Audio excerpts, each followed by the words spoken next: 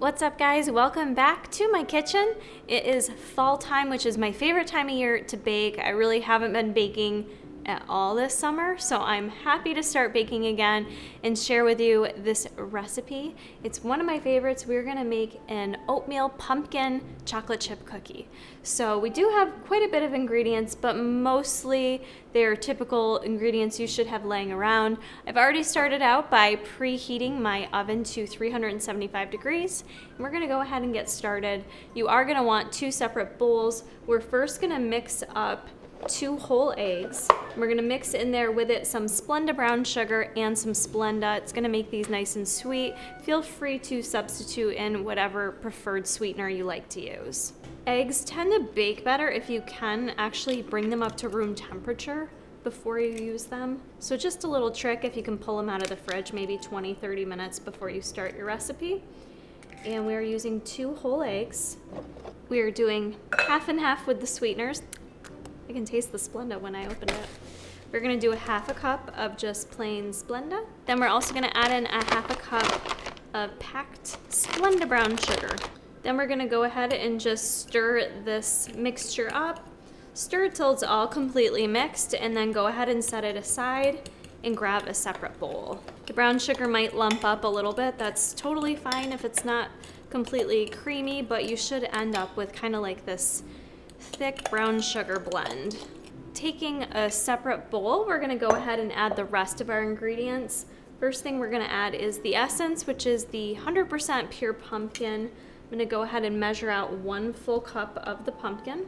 And I just like to mention, you wanna be sure you don't get the pumpkin pie filling. That's gonna give it a much different taste. Or if you're extra good and actually have fresh, real pumpkin that you wanna use, go for it. But I'm kind of lazy and I just buy the pumpkin from a can at the store.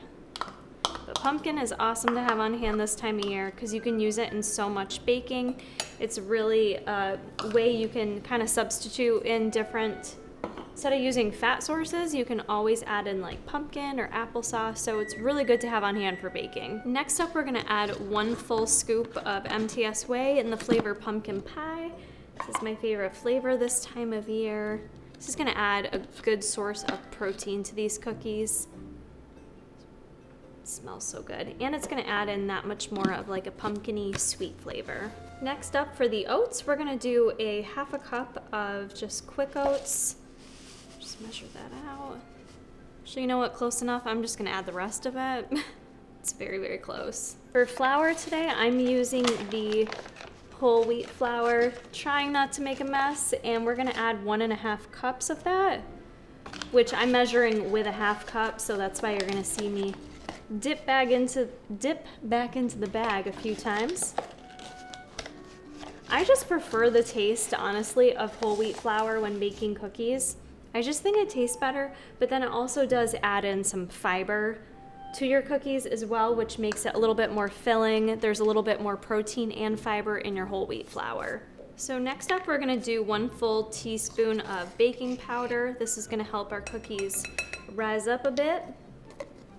And then for other spices, I'm gonna do a couple cranks of some pink salt in there. And you can never have too much cinnamon or pumpkin pie spice this time of year. I'm not really gonna measure it. I'm just gonna sprinkle it in. It smells so good. If you're using pumpkin pie spice, you don't actually need to use cinnamon because there is cinnamon in pumpkin pie spice, but we're gonna give it a little extra cinnamon in there too. If you don't have pumpkin pie spice, you don't need to run out and buy it. If you don't think you're gonna really use it this season, you're gonna get the right effect with all the other pumpkin flavorings that we've added in there and the cinnamon. And next up, we're gonna add in some baking vanilla. We're gonna do a full tablespoon of that. And that just kind of makes all the flavors come together. All right, now we're gonna go ahead and mix this bowl up. If you need to, don't be scared to get in there with your hands a little bit and mix the dough together. It is gonna be dry because don't forget we haven't added in our bowl of eggs and Splenda to it yet. So you're kind of left with this like fun little dough ball of goodness. We're gonna grab our other bowl. And I'm just gonna dump the whole thing in there. And then we're gonna go ahead and stir that into our mix. After you guys have finished stirring, you're gonna be left with a cookie dough consistency that looks similar to this.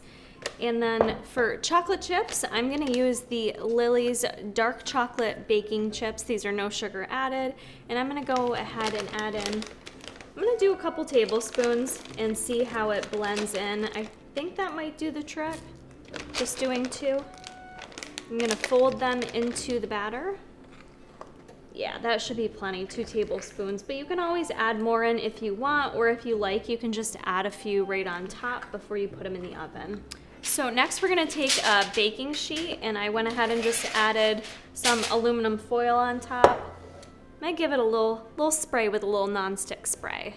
Then depending on how big you want your cookies, you can scoop them on there.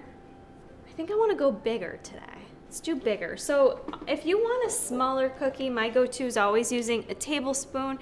It's kind of a nice option to give you like that perfectly portion rounded small cookie. But I think what I'll do today is use 1/4 of a cup and make some like bigger guys. So I'm just gonna portion out 1/4 of a cup and then plop her onto my nonstick sprayed sheet. You always just wanna leave a little bit of space between every cookie because when they bake, that way they don't run into each other. And then you've just got one giant uni-cookie. All right, guys, I ended up with 12 cookies, 12 pretty big cookies, so you'd probably make at least 18 if you went smaller, maybe 24. I'm gonna go ahead and throw them in the oven, 375 for about 10 to 15 minutes. All right, guys, my cookies baked for 12 minutes, and then I'm just gonna let them cool off on a baking sheet.